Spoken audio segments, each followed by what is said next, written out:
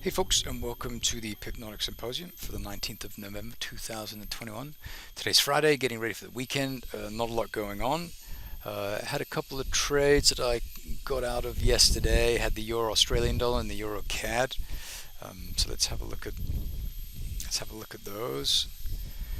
Euro Australian dollar here. We bought that. Yeah, so we got in.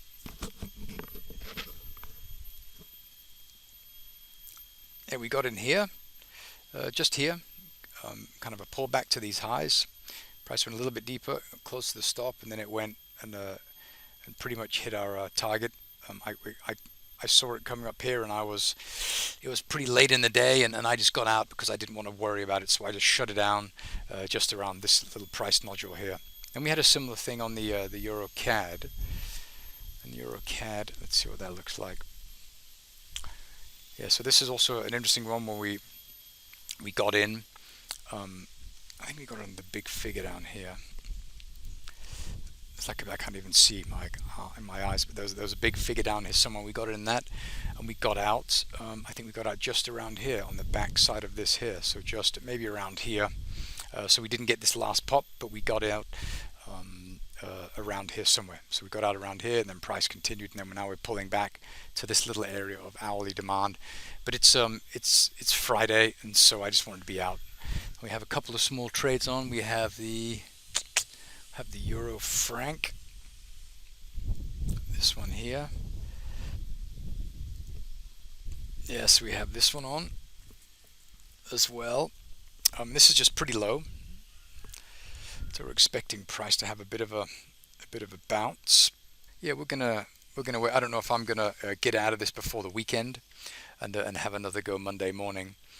I may very well do that, but for the time being, it's just kind of sitting and like slowly starting to accumulate what I think is going to be bullish orders to drive price higher to rebalance this and this, because we are sitting on an area of demand. So we'll have to see what happens there, but that's what we have going on there, and this is all, of course, based on the histogram. So if we go to the histogram, we had the Euro franc, we had the Eurocad, which we're out of. We had the Euro Aussie. I think that one's finished. Yeah, and we also got a couple of other trades. We took the Litecoin Euro. I just got a chart. So here we got in. We got into this. When did we get into this? This morning, actually. Was it this morning? No, we got in yesterday a little bit, and then a little bit today. And we just, I always say we. It's like I have multiple personalities. It's me. But we have this. We can see how we kind of tested sell zone, price poked a little bit further, test, and then we just pop north. So this is showing huge strength. We go to this area of supply, continuation pattern that removed a lot of the liquidity available here. And I thought this would be a super time to get involved with Litecoin, buy some Litecoin, sell some euros. So I'll just show you this here. So we got about 9.5 of those. Yeah, they're 182 euros each, and the current price of this is, what is it? Let's get in this. We got in at 177, so right at the lows, about right there. We got in right at the lows, and it's already up now. 181, so we're up about $4 or €4 per coin. Yeah, so that's pretty cool. And again, I'm using the exact same thing here as I am on the one I'm using, like MT4. So I use the dashboard. So you can do this as well if you have a broker like, for example, Eagle FX, who have a lot of crypto assets. Then you can use a histogram on your MT4 terminal. Alternatively, you can log on to the website and use it there, because we have a broker there. And we scan a lot of crypto and stuff when we throw the results up. But I think this could really continue to go higher, because we have this little liquidity void here. We could easily revisit these highs, and also what I do like a lot is we had a very inefficient price move, so we're going to probably move up to at least here to the 220-ish area, I think, based on the way price poked down. So we had an inefficient to rebalance this, but then we need another inefficient or whatever move to rebalance this one here. So we'll keep that maybe into maybe middle or end of next week, and we'll see how we're going. Okay. Also, I wanted to have a look at a couple more pairs. So let's have a look at the Euro American dollar. Euro American dollar. This is a buy. So going to that chart, let's go to the daily because it's on the daily chart. Euro American dollar. Yeah, you can see that we are actually pretty low. Looking at where we are, is we're just struggling at this little price nodule. This is just a continuation pattern. We had attempts to move through this level historically, and we failed, and we finally popped through, forming this weekly area of demand. So price came north, and now we're ever so gently beginning to wriggle north, and we had a really nice inefficient price move into this weekly demand, and a lovely reaction at it. Isn't it beautiful how accurate these levels can be? So just poked into that, and now we're probably a third of a position into profit, providing the stop was at the low edge of this box, and now price is kind of wriggling north. We'll have to see. This will probably take a couple of weeks to unfold before we really know what's going on. Also, there's a lot of uncertainty in the US. Janet Yellen is talking about the Fed being out of money by the 15th of December. I mean, that is a big deal. That is a huge big deal. What does that mean? Well, that means that they'll have to expand the balance sheet even more and print even more money, just so they can continue to finance the government. It's, I mean, staggering expenditure. But something that is lurking is maybe they don't get support for this in the Senate if they have to vote on this, and the Republicans vote against it. I mean, there could be some serious problems, because the only entity buying the stock market, they're the central banks, and the pension funds, of course, who are invested in them. And so if things don't go as expected, well, then the stock market will no longer be supported. And if that happens, then it's going to start to fall, and the pension funds are going to start to lose money. And if that collapse continues, well, the pension funds could eventually go bust, which will bring down the housing market and everything in between. So it's, I mean, there are some serious economic concerns lurking just around the corner.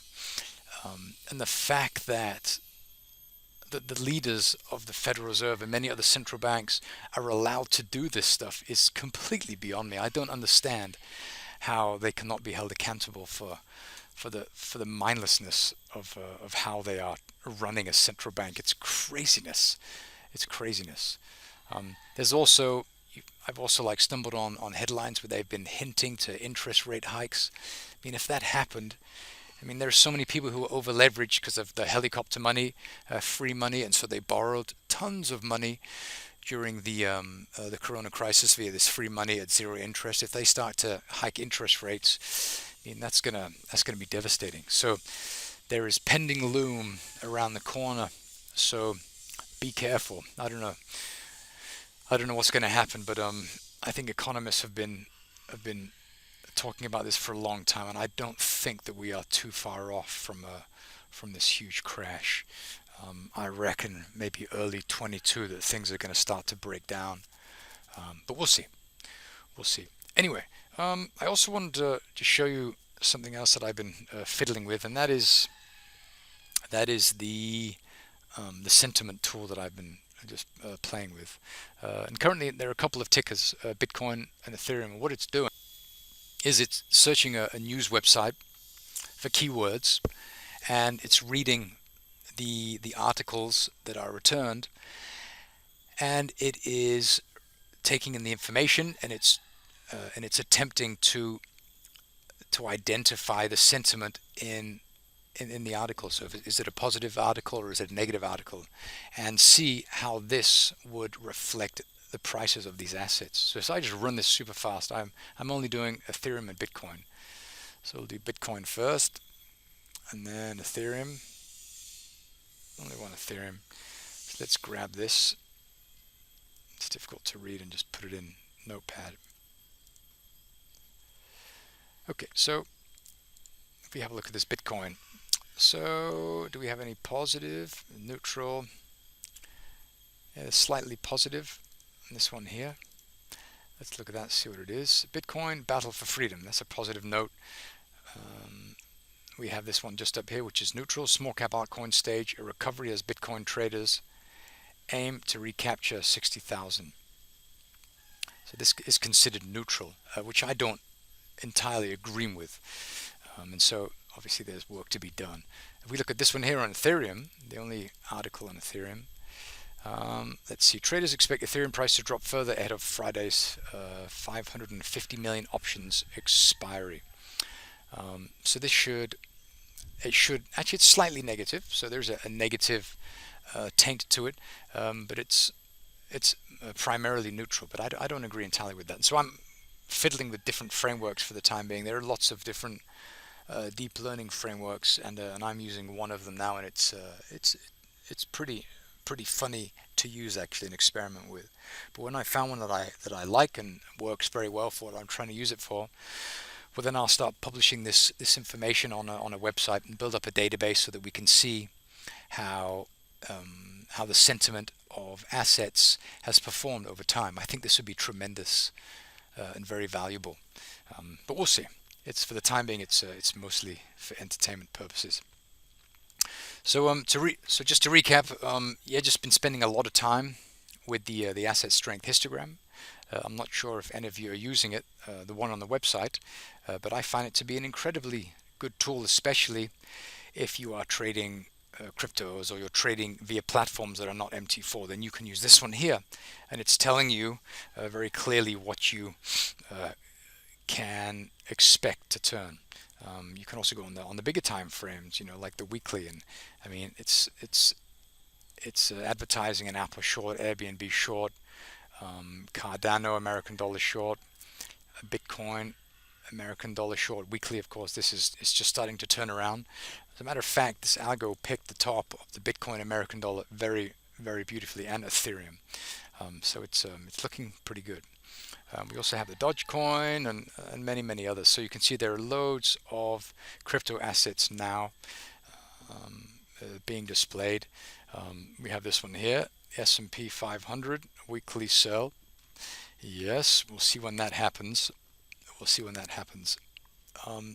If we wriggle a little bit further, it takes us to the 4-hour data. So this page here is all weekly data. So go through this and have a look. It's very interesting, and you can just take this information and use it as you want on other trading platforms, like I'm doing with my Bitstamp account. Anyway, I'm going to leave it at that for the time being. If you have any questions, send them in, and have a lovely weekend. Thanks for watching.